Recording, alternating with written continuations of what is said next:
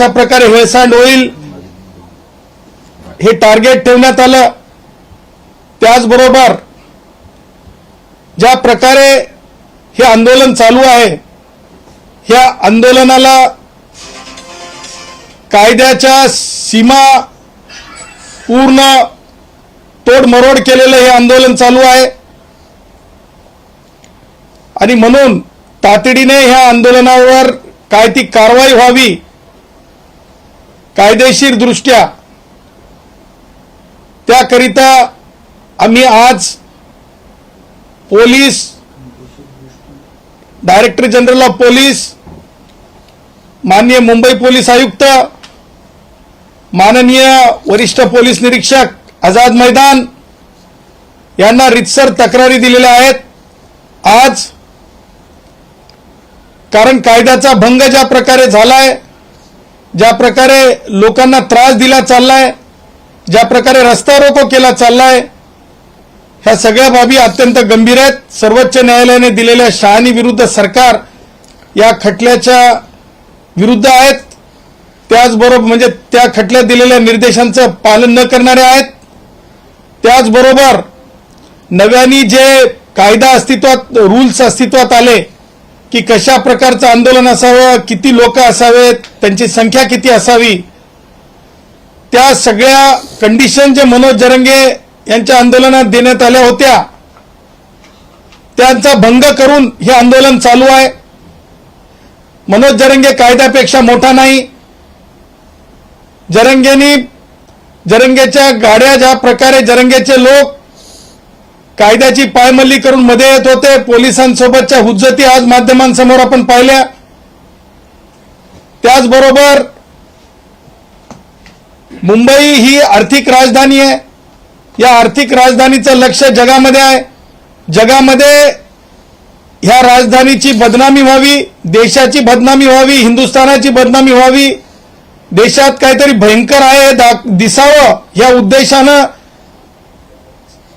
CST स्टेशनच्या जवळ ज्या प्रकारे रस्ता रोको करण्यात येत होता, हे सगळं काही आंतरराष्ट्रीय राष्ट्रीय स्तरावर एक अनागोदी दिसायला यावी, काहीतरी अघटित घडवण्याचा उद्देश, पोलिसांना त्रास देऊन पोलिसांकडून कारवाई होईल आणि त्यातून विक्टिम कार्ड खेळता येईल, हे सगळं कुबांडित आहे। आणि त्यामुळं तातडीने कारवाई होणं आवश्यक आहे।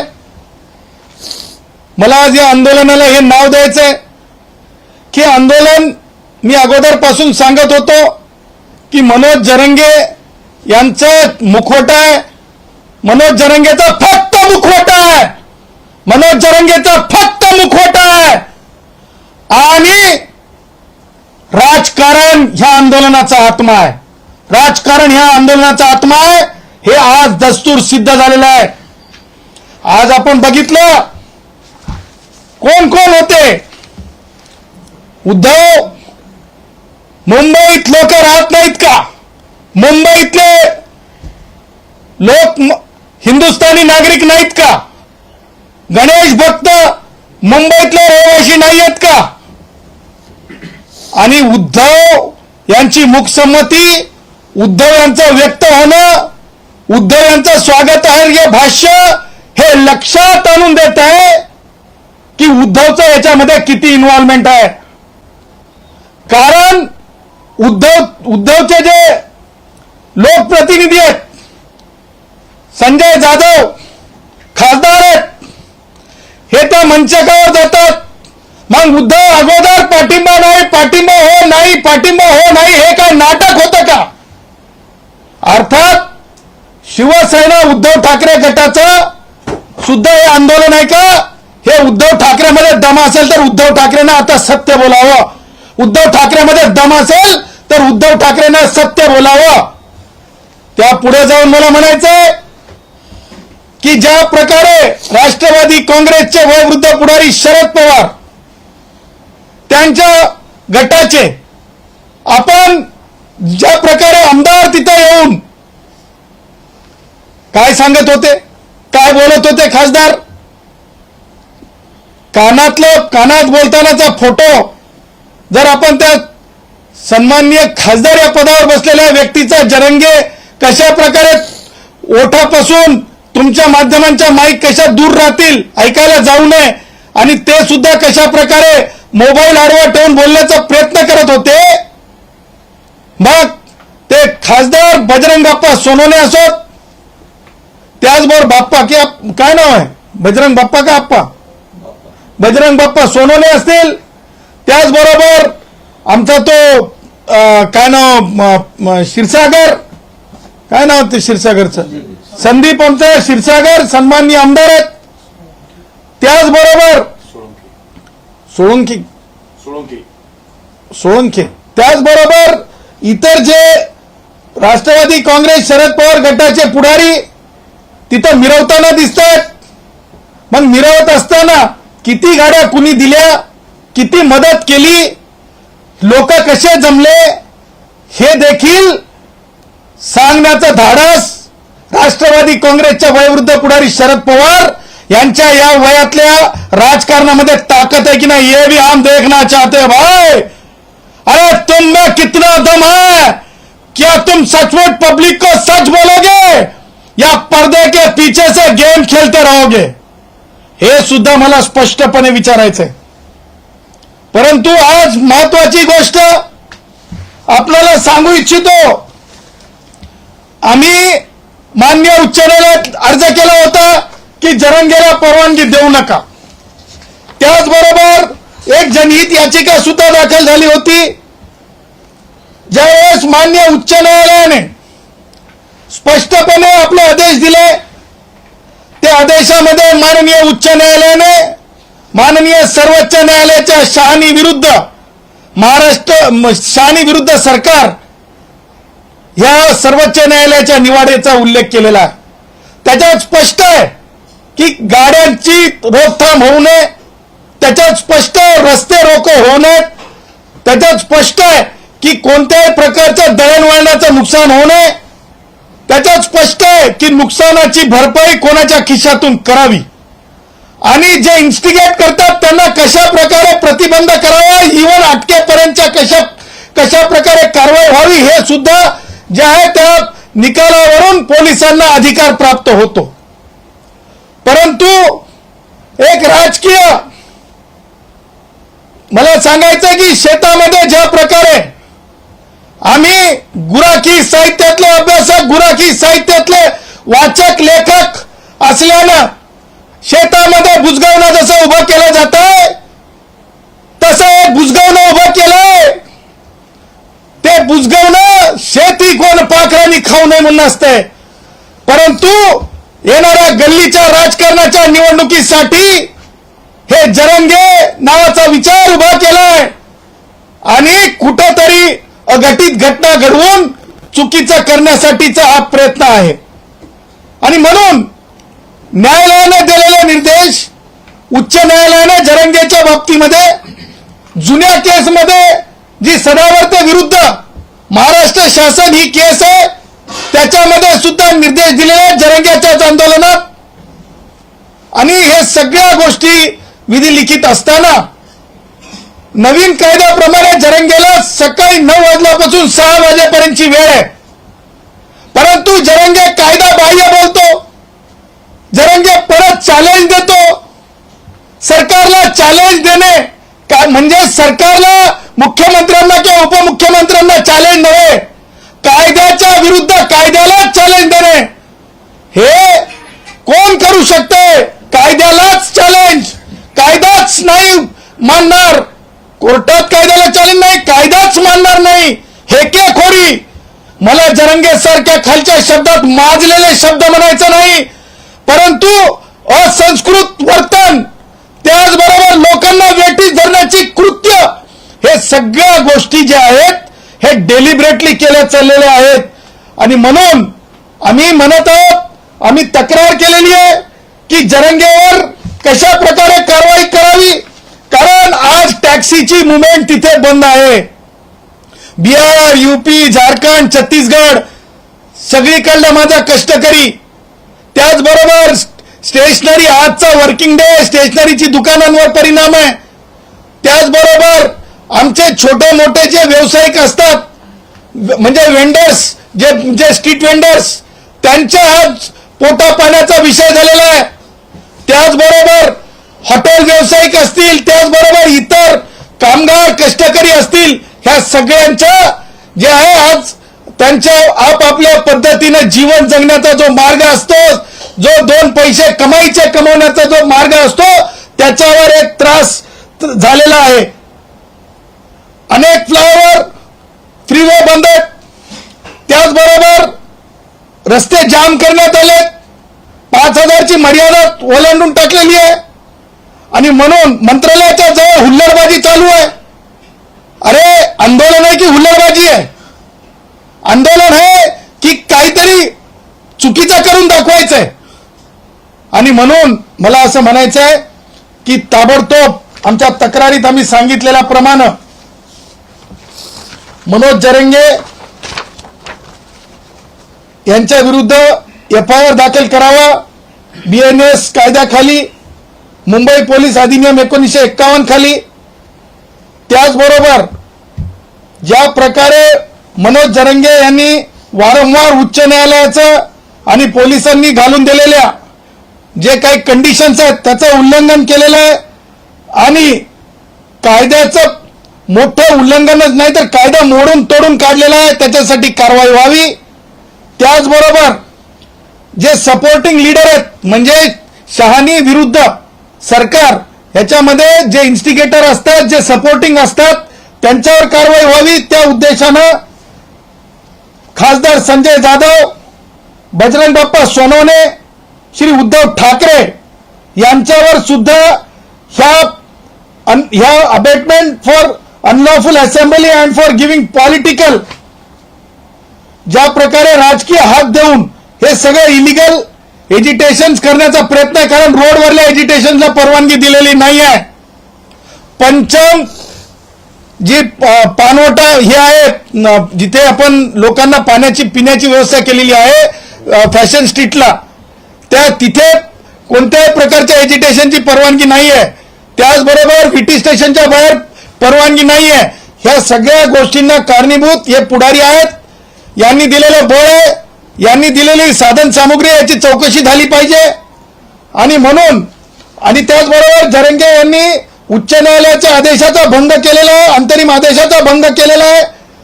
आणि त्याचबरोबर BNSS अंतर्गत आणि IPC अंतर्गत, जुन्या कायद्याअंतर्गत देखील लालबागच्या राजाकडे जे लोक दर्शनाला जातात त्यांना त्रास व्हावा या उद्देशाने काही कुभांड केलेलं आहे. तेव्हा अशा लोकांना तातडीने कारवाई व्हावी, त्यांना थांबवावं. जे लोक त्रास देतात गणेश भक्तांना, आणि तातडीने यांना अटक करावं, यांना उठवावं. 6 वाजल्याच्या नंतर यांना एकही मिनिट तिथं बसू देऊ नये. म्हणून आम्ही तक्रारी दाखल केल्या. आझाद मैदानच्या वरिष्ठ पोलीस निरीक्षकांना मी स्वतः फोन केला पोलीस स्टेशनला. मला सांगण्यात आलं सन्माननीय हवालदारांनी की साहेब, फॅशन स्ट्रीटला पंचम पानवटा आहे, जिथं पाणी पिण्याचं ठिकाण आहे, तिथं लोक हुल्लडबाजी किंवा रस्ता रोको करतात, त्यांना तिथून बाजूला हटवायला गेलेले आहेत. अर्थात पोलीस मशिनरीवर जाणून बुजून एक ताण निर्माण करण्यात आलेला आहे. हे कारवाई व्हाव्यात. त्या पुढे जाऊन अत्यंत गंभीरपणे मला नमूद करायचं आहे, जरंगेचं आंदोलन असंविधानिक म्हणताना मला तुम्हाला सांगायचे काही महत्वाच्या गोष्टी. अशा प्रकारचे अनिष्ट आंदोलन आणि अशा प्रकारचे चुकीच्या असंविधानिक मागण्यांच्या आंदोलनाचा सगळ्यांनी सर्व स्तरात निषेध केला पाहिजे. त्याचं कारण तुम्ही लक्षात घ्या की ह्यापूर्वी देखील संविधानावर घाला आणण्याचा जरंगे सारख्या लोकांनी प्रयत्न केला होता. अॅट्रॉसिटीचा कायदा रद्द करा म्हणून मोर्चे निघालेले होते, आपण सगळ्यांनी बघितले. अॅट्रॉसिटीचा कायदा रद्द करा म्हणून मोर्चे निघाले होते, आपण हे सगळ्यांनी बघितले. अॅट्रॉसिटीचा कायदा सुद्धा भारतीय संविधानातून निर्माण झालेला आहे आणि आरक्षणाचा कायदा सुद्धा भारतीय संविधानातून निर्माण झालेला आहे. आणि म्हणून मागासलेपणामध्ये माझे मराठा भाऊ OBC म्हणून येऊ शकत नाहीत, हे सर्वोच्च न्यायालयाने जयश्री पाटील विरुद्ध मुख्यमंत्री महाराष्ट्र शासन या केसमध्ये सांगितलेलं आहे. म्हणून हे संविधानालाच तोडमोड करण्यासाठीचं आंदोलन आहे. संविधानालाच म्हणजे एका प्रकारे कुठे ना कुठे डॅमेज करणारे आंदोलन आहे. हे आंदोलनात जे कोणी सहभागी होत आहेत ते संविधान विरोधी आहेत. संविधानाच्या विरोधात जे कोणी सामील होत असेल आणि अशा प्रकारे हिंसक जुनाच जरंगेचा इतिहास आहे, त्याच इतिहासाची पुनरावृत्ती आहे की लोकांना थांबवणे, वेठीस धरणे, लोकांच्या रोजीरोटीपासून थांबवणे हे सुद्धा हिंसक आणि क्रूर कृत्यामध्येच मोडतंय. तेव्हा हे अशा संविधानाला तोडमोड करणाऱ्या, संविधानाच्या विरोधातल्या हे आंदोलनाला आपण असंविधानिक कृत्य करणारं आंदोलन, संविधान विरोधी आंदोलन, देशहिताविरोधी आंदोलन, देशाच्या राष्ट्रीय एकात्मतेच्या विरोधातलं आंदोलन आणि म्हणून यांना तातडीने अटक करणं हे अत्यंत आवश्यक आहे अशी मागणी देखील मी करतो. आणि मी हे बोलत असताना मी कायदेशीर आणि पुराव्यानिशी बोलत आहे हे मी तुम्हाला डंकेकी चोट पे आपल्या माध्यमातून पोलीस अधिकाऱ्यांना सांगत आहे. त्याचबरोबर जरंगेंना सांगत आहे की जरंगे वेळ संपली 6 वाजताची आणि सगळ्यांना जो न्याय आहे, मग तो पारधी भावांना जर न्याय असेल आझाद मैदानात वेळेवर उठायचं आणि वेळेवरच आंदोलनाला बसायचं, तर जरंगे काय वेगळा आहे का? जरंगे काय कुणी लागून गेलाय का? मग ते खासदार भेटायला येतात म्हणून विशेष व्यवस्था भारतीय संविधानामध्ये नाही. एसटीतल्या कष्टकऱ्यांना जर तिथं बसू दिलं नव्हतं, 124 प्रेत झाल्याच्या नंतर उद्धव मुख्यमंत्री होते, उद्धव तो दिवस आठवायचा कशा प्रकारे एसटीतले कष्टकरी जेलमध्ये डांबले होते बसता येत नाही म्हणून. आणि म्हणून जर एसटीतल्या कष्टकऱ्यांना जर जेलमध्ये डांबलं जात असेल एका आरोप करून, हे तर सत्य आहे की कुठे कुठे रस्ता रोको केले आहेत, हे तर सत्य आहे की कशा प्रकारे मुंबईला वेठीस धरण्याचा प्रयत्न जरंगे करत आहे. तेव्हा कायदा वेगळा नाही, माझ्या पारधी भावांच्या आंदोलनाला तोच न्याय असला पाहिजे जे जरंग्याला आहे, तोच न्याय असला पाहिजे. भटक्या विमुक्तांना जो जरंग्याला आहे तोच न्याय असला पाहिजे. जो कोणी अनुसूचित जाती जमातीचा विद्यार्थी असतील त्यांच्यासाठी सुद्धा जरंग्याला विशेष ट्रीटमेंटची गरज नाही. आमचे पोलीस भरतीचे विद्यार्थी सुद्धा तिथं बसलेले आहेत. त्यांच्या टेंटचं काय झालं? मला काल त्या विद्यार्थ्यांनी फोन केला, सर आम्हाला न्याय मिळत नाही, जरंगे म्हणतो न्याय घेतल्याशिवाय जात नाही, आम्ही इथे उपाशी बसलो.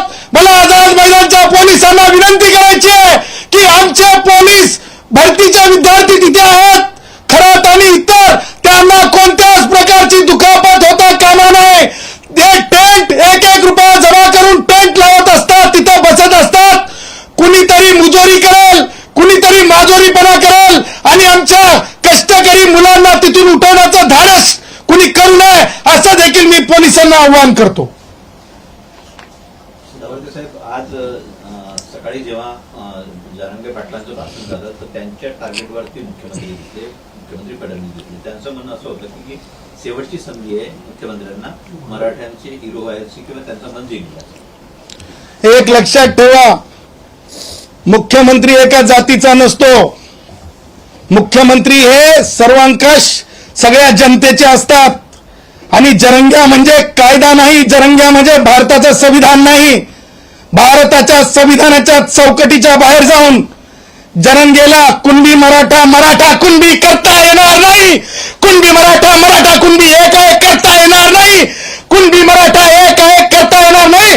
कारण भारतीय संविधानाच्या आर्टिकल 144 खाली माननीय सर्वोच्च न्यायालयाने जयश्री पाटील विरुद्ध महाराष्ट्र शासन हा निर्णय दिलेला आहे. त्याच्यामुळे तशा प्रकारचा GR भारतातल्या कोणत्याच राजकीय पक्षाचा कोणत्याच राज्यामध्ये अशा प्रकारचा निर्णय होऊ शकत नाही. हे डंके की चोट पे सांगतो. काढलं तर त्या GR ची लिगल सँटिटी काहीच असू शकत नाही. तो काही मिनिट सुद्धा कायद्यासमोर उभा राहू शकत नाही. त्याचबरोबर जरंग्याची जी दुसरी मागणी आहे की सगळे सोयरे ते सुद्धा मान्यच होऊ शकत नाही. तसा GRच निघू शकत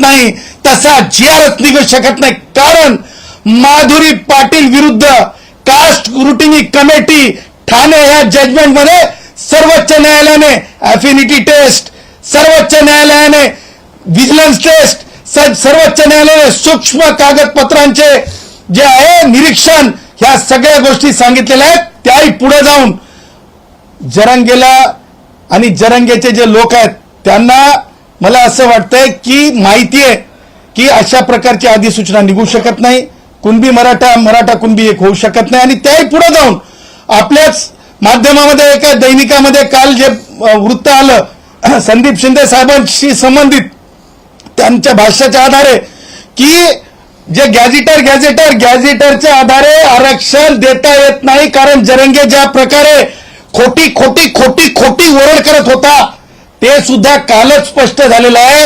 ही हाऊस मौज आहे. हे आंदोलन म्हणजे स्पॉन्सर्ड आहे.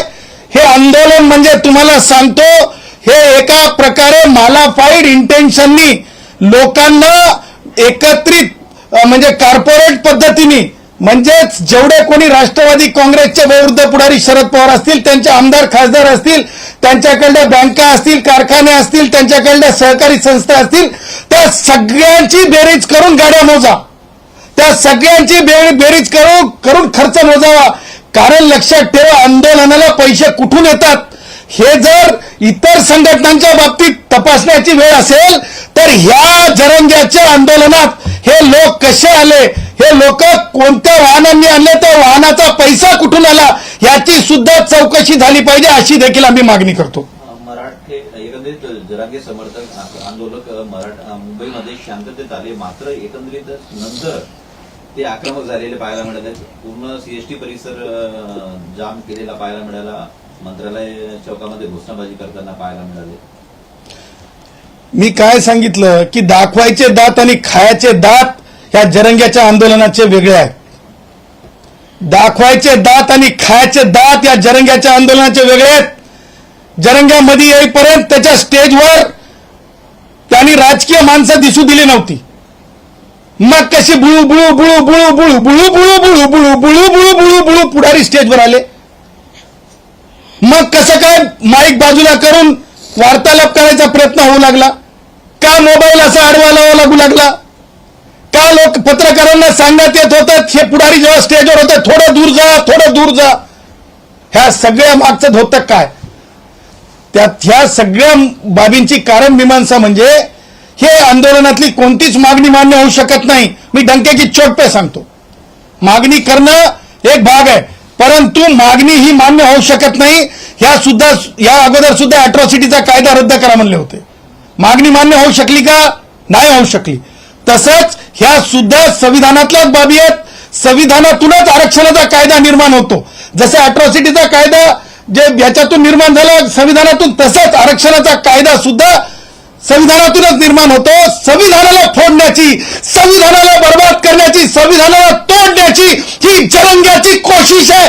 मी महाराष्ट्रातल्या तमाम माझ्या मराठा भावांना, महाराष्ट्रातल्या तमाम वंजारी भाऊ असतील, धनगर भाऊ असतील, बौद्ध भाऊ असतील, मातंग भाऊ असतील, त्याचबरोबर ओबीसीतले सगळे मायक्रो ओबीसी असतील, कुडमुडे जोशी असतील, ब्राह्मण भाऊ असतील, सगळ्यांना मी हात जोडून विनंती करतो, ही वेळ आपण उभं राहण्याची, ही वेळ आपण सरकारला सांगण्याची की अशा प्रकारे आरक्षण देता येत नाही. भारतरत्न डॉक्टर बाबासाहेब आंबेडकरांनी जरंगेसारख्या मागण्यांवर आरक्षण देण्याचा कायदा केलेला नाही.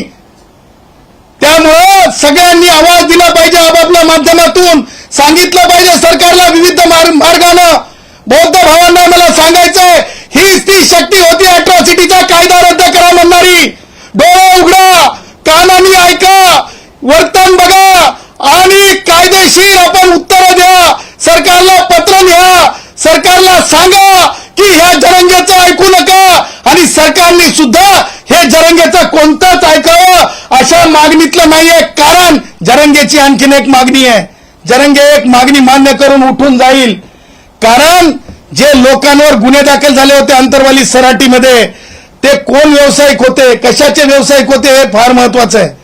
रेती किती, ब्रास टिप्पर किती आणि त्यातले लोक किती, गुन्हे किती, आणि तेवढं तरी सोबत घेऊन जाण्याचं धारिष्ट जरंगे दाखवू शकतंय. तेव्हा ते गुन्हे सगळे पोलिसांवर हल्ला केलेले आहेत.